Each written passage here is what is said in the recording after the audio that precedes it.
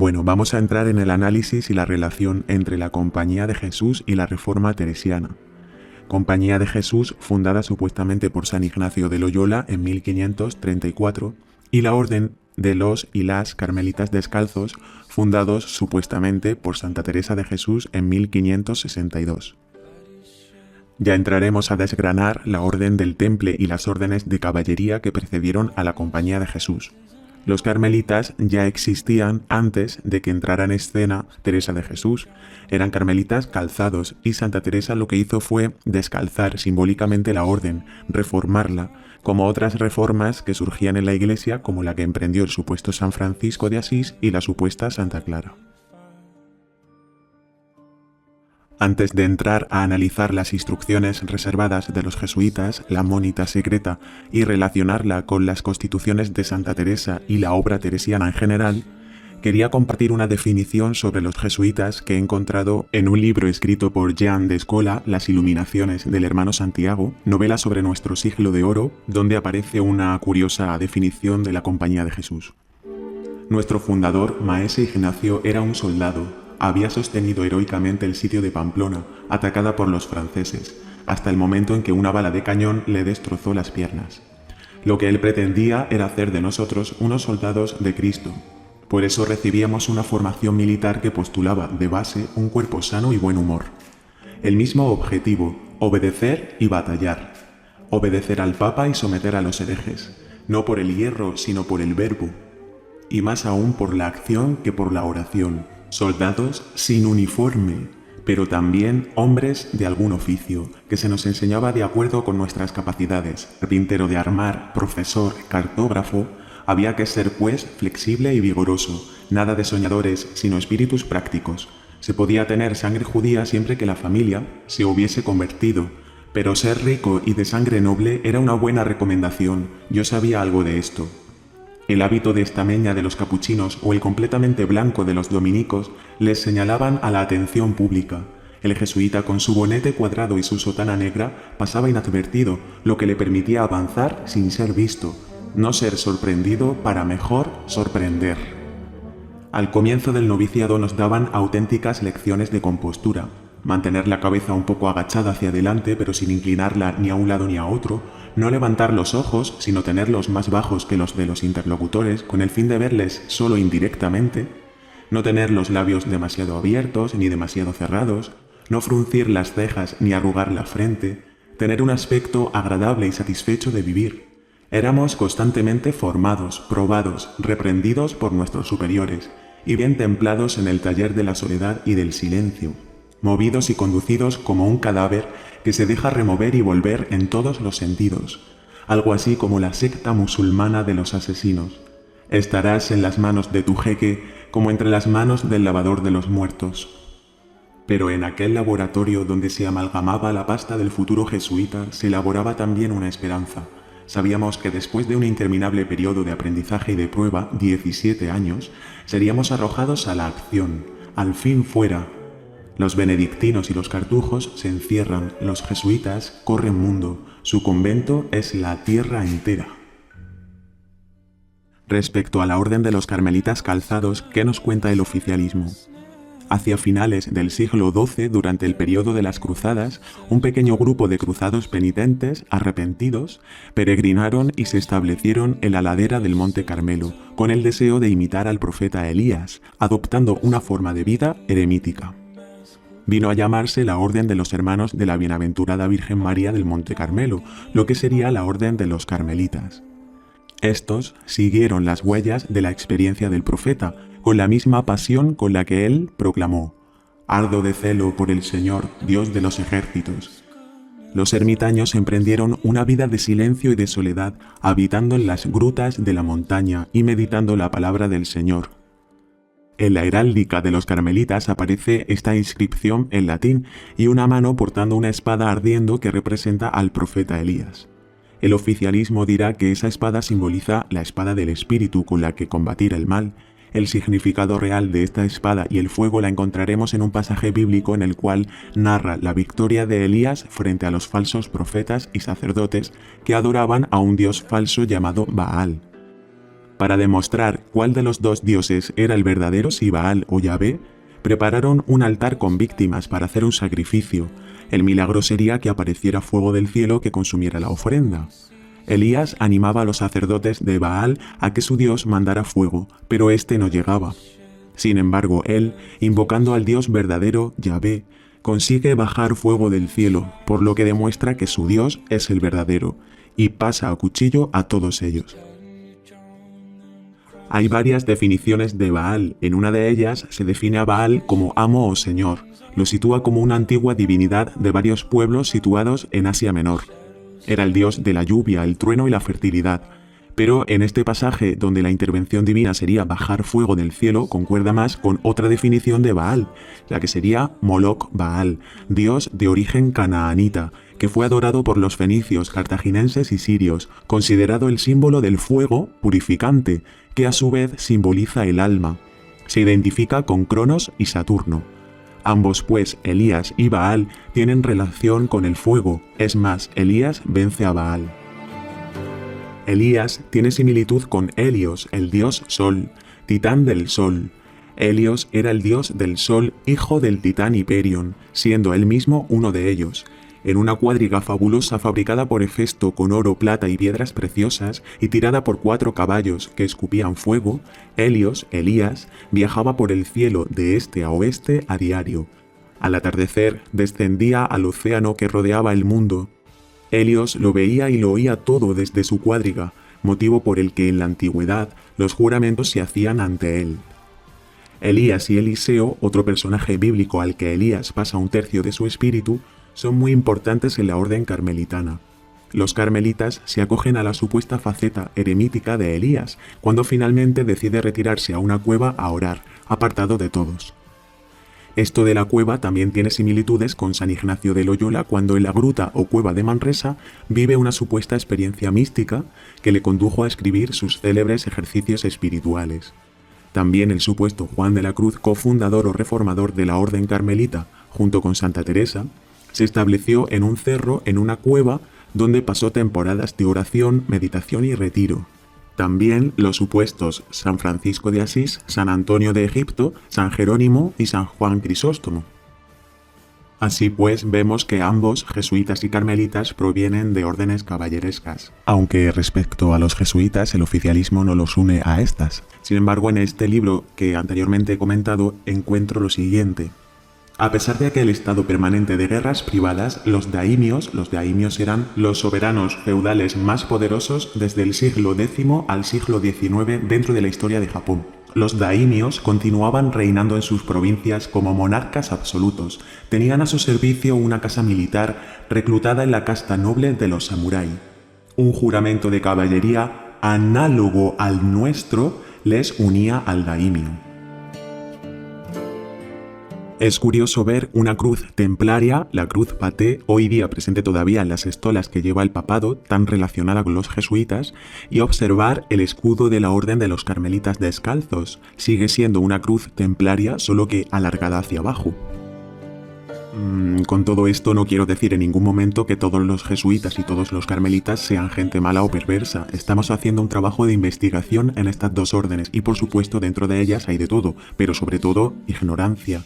Es difícil que el religioso o religiosa sospeche de su propia orden o de la oficialidad y se ponga a investigar. Así que mi máximo respeto a los jesuitas y carmelitas de a pie que están inmersos en la orden sin conocer una verdad más profunda que obviamente se les ha ocultado y que es difícil de hallar si no estás despierto a las grandes mentiras del oficialismo, como podemos comprobar hoy tan evidentemente, tanto científica como histórica como religiosamente. Así pues, vemos que los carmelitas tienen su origen en unos cruzados que deciden dejar las armas y abrazar la vida eremítica inspirados en el profeta Elías en el Monte Carmelo, en la bahía de Haifa, supuestamente. El patriarca de Jerusalén, Alberto, les entregó en 1209 una regla que sintetiza el ideal del Carmelo: vida contemplativa, meditación de la Sagrada Escritura y trabajo. Regla que primeramente aprobó Honorio III, luego Gregorio XI y finalmente Inocencio IV la confirmó en 1247. Aquí todo el mundo mete mano. Vamos a entrar un poco en esta regla primitiva de la Orden de la Bienaventurada Virgen María del Monte Carmelo, dada por San Alberto, patriarca de Jerusalén, y confirmada por Inocencio IV. Dice así: Alberto, llamado a ser patriarca de la Iglesia de Jerusalén por la gracia de Dios, a los amados hijos en Cristo Brocardo, y pone una nota y dice: el registro vaticano y los códices más antiguos traen solo la letra B, que más tarde los carmelitas interpretará como Brocardo. Vale, podía ser Benito, porque ya veremos también cómo todo surge de órdenes precedentes. Particularmente la orden de San Benito tiene especial importancia, por lo cual ya entraremos también a ver esto. A los amados hijos en Cristo Brocardo y demás ermitaños que viven bajo su obediencia junto a la fuente de Elías. Y otra nota: dicho registro y los otros códices antiguos omiten de Elías, que fue añadido más tarde. Bueno, ya vemos que Elías es un pegote que pone más adelante. Pero lo más curioso es lo que pone en la siguiente nota. Aquí se traduce el texto que aparece en la bula Quae Honorem Conditoris, transcrito en estilo moderno y enriquecido con las referencias bíblicas. O sea, me está diciendo que en un principio esta regla primitiva de Alberto a los ermitaños no tenía referencias bíblicas. Y estamos hablando del siglo XIII, de 1206. Cosa curiosa que también los ejercicios espirituales de San Ignacio de Loyola serían enriquecidos con citas bíblicas de cara a presentarlos a la Inquisición. Este enriquecimiento bíblico en la regla de San Alberto en el siglo XIII estamos hablando, me hace sospechar que en ese momento no había presencia de Biblia. Pues no lo sé. Especulando un poco, también encuentro en las constituciones primitivas de Santa Teresa, ya siglo XVI estamos hablando, en uno de los puntos aquí comenta sobre las novicias: tomándolas cuenta cada día de cómo aprovechan en la oración y cómo se están en el misterio que han de meditar y qué provecho sacan. Es curioso que no nombre el Evangelio por ningún sitio en las constituciones y hable siempre de misterios, de meditar los misterios, que sería la pasión del Señor. El caso es que poco salen referencias evangélicas en la obra teresiana.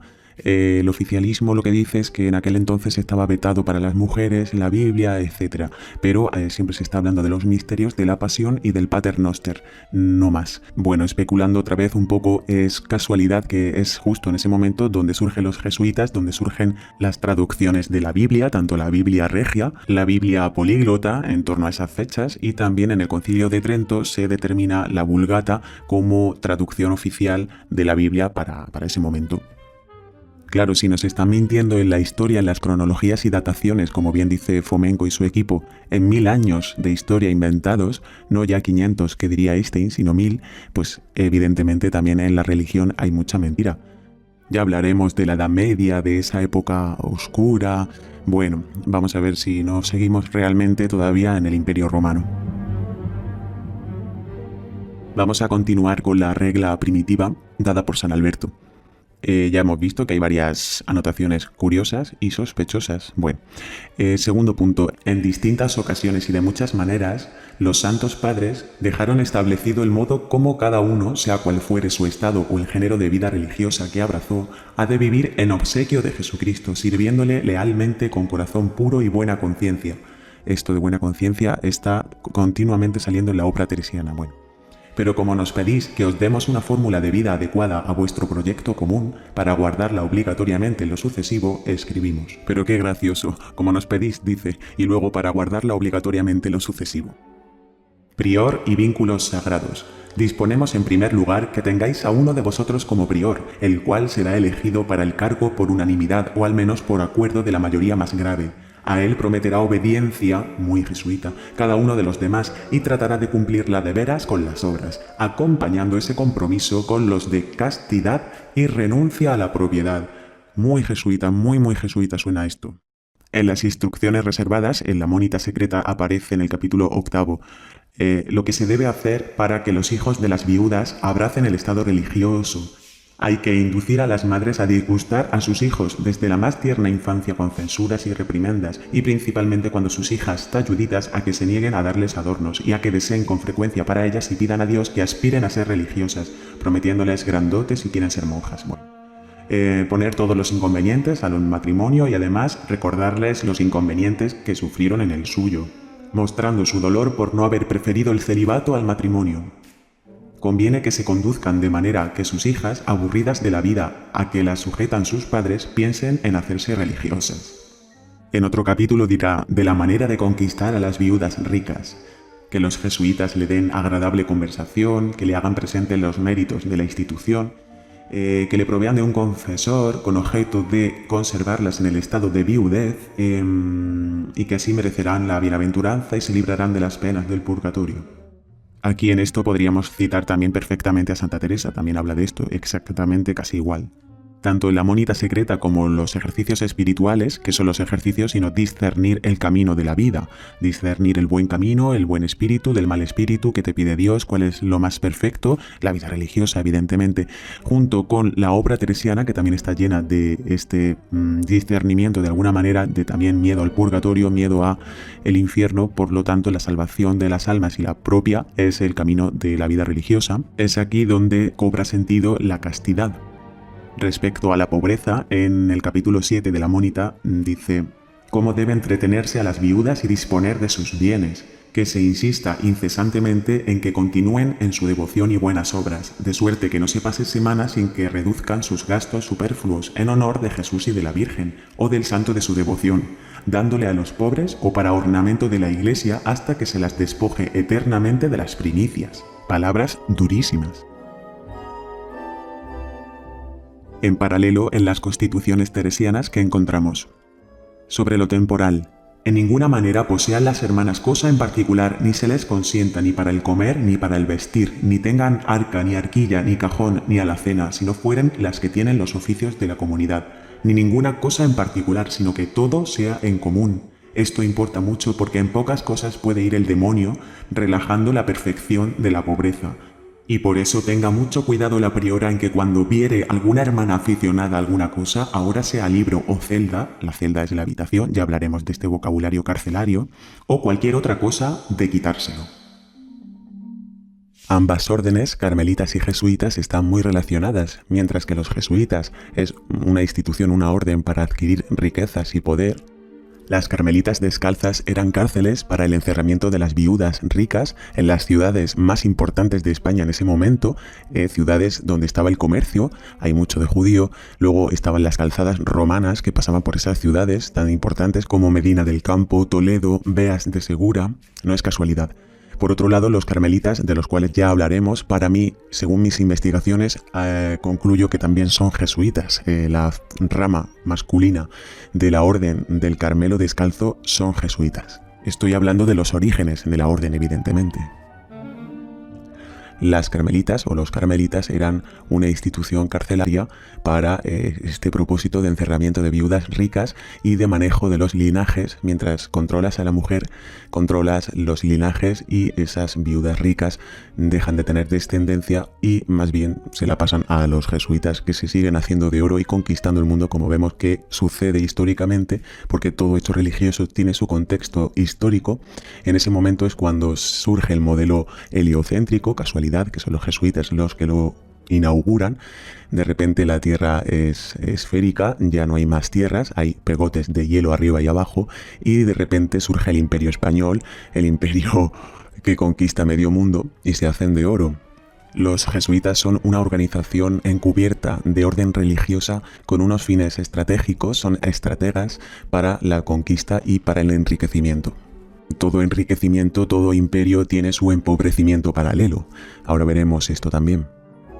En este libro que comento al principio, el protagonista, que es jesuita, sigue narrando. A ver, es una novela, pero sabemos que entre líneas, entre los libros ocultos, pues hay mucha información que pueda ser veraz y que además coincide con nuestros estudios y nuestras investigaciones, por lo tanto podemos al menos usarlo como posibles pistas. Comenta el jesuita. El pretexto de mi visita a Teresa era plausible, se me había enviado a Ávila en misión de información. La compañía, siempre prudente, quería asegurarse de que la creación de un centro de enseñanza era conveniente en una ciudad más rica en conventos y en iglesias que en establecimientos culturales. Sería que estos conventos eran cárceles. Desde que Teresa hacía 10 años recibiera del cielo la orden de establecer un monasterio donde la regla del Carmelo fuese observada con su rigor primitivo, había fundado uno por año. Aunque un colegio y un convento no responden a los mismos objetivos, evidentemente el colegio está para manipular la mente y el Carmelo y los conventos eran cárceles. La experiencia de Teresa me resultaría muy valiosa. Cuando le expongo mi proyecto, la monja sonríe. La compañía es rica, el Carmelo es pobre. La compañía construye por la gloria de Ignacio de Loyola, el Carmelo edifica por el amor de Dios. Los jesuitas no pueden ser comparados con el Carmelo, no tienen un hábito que les distinga, su profesión no está hecha de silencio, de recogimiento, de ayuno, de coros perpetuos. El cuerpo para ellos es un instrumento precioso que hay que manejar. Ustedes no son comunidades, sino individuos. Ustedes rezan separadamente, nunca juntos. Sus casas son abrigos, arsenales de erudición, talleres en donde se fabrican hombres singulares. La fuerza de los jesuitas consiste en pasar inadvertidos. A nosotras nos señalan con el dedo. Teresa me muestra su hábito de tosca y zurcida estameña y sus pies desnudos calzados con alpargatas. Más adelante veremos la relación entre Teresa de Jesús y los jesuitas. Ya decía Teresa en 1568, los hombres de la compañía de Jesús son mis padres, a quienes después de Dios mi alma debe todo lo bueno que pueda tener. Son muchos los jesuitas con los que Santa Teresa entabló relación, algunos de ellos fueron confesores, más de 23 se le contabilizan, otros se hicieron de directores espirituales, como el padre Diego de Cetina, Juan de Prádanos, Francisco de Borja, Baltasar Álvarez. Hacemos un inciso, hay mucha gente que está diciendo que el Papa actual, Francisco, él ocupa del Vaticano y tal, que están diluyendo la religión católica. Bueno, sí, claro, evidentemente los mismos creadores de la religión también pueden hacer lo que quieran con ella.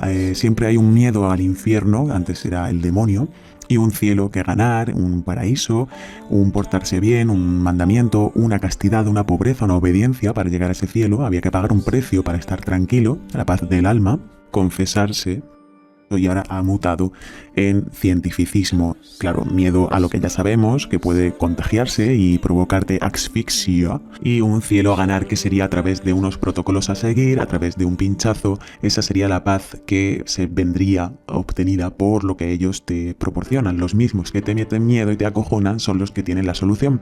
Por tanto, son los activadores del hipotálamo donde están nuestros miedos. Estos son los que gobiernan las mentes, los cuerpos y las almas de las personas a día de hoy. Y es que además ya haremos la relación entre los jesuitas, la religión católica y los judíos.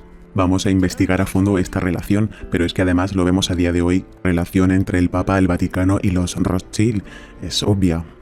Rothschild, judeo-masonería, financiadora de Hollywood. ¿Cuántas películas de Hollywood que activan el hipotálamo, que activan los miedos? Tienen que estar continuamente activando el hipotálamo para que no se nos duerma, para que estemos alerta, y cuando ellos activen la emoción del miedo a través de cualquier agenda política, ya estaremos en sus manos esperando la solución. Es increíble esta industria del cine, cómo traumatizan las mentes. Hay muchas películas que creo deberían de ser penadas, que están destrozando vidas de los niños, de los jóvenes.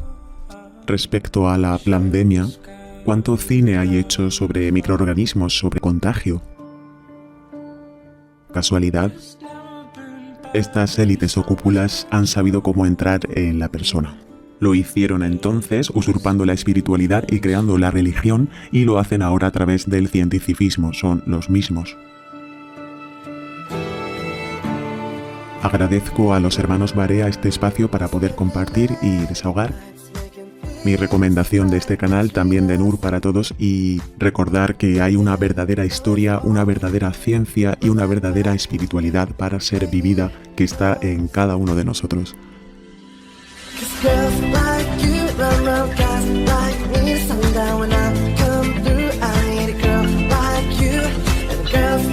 you love fun, yeah.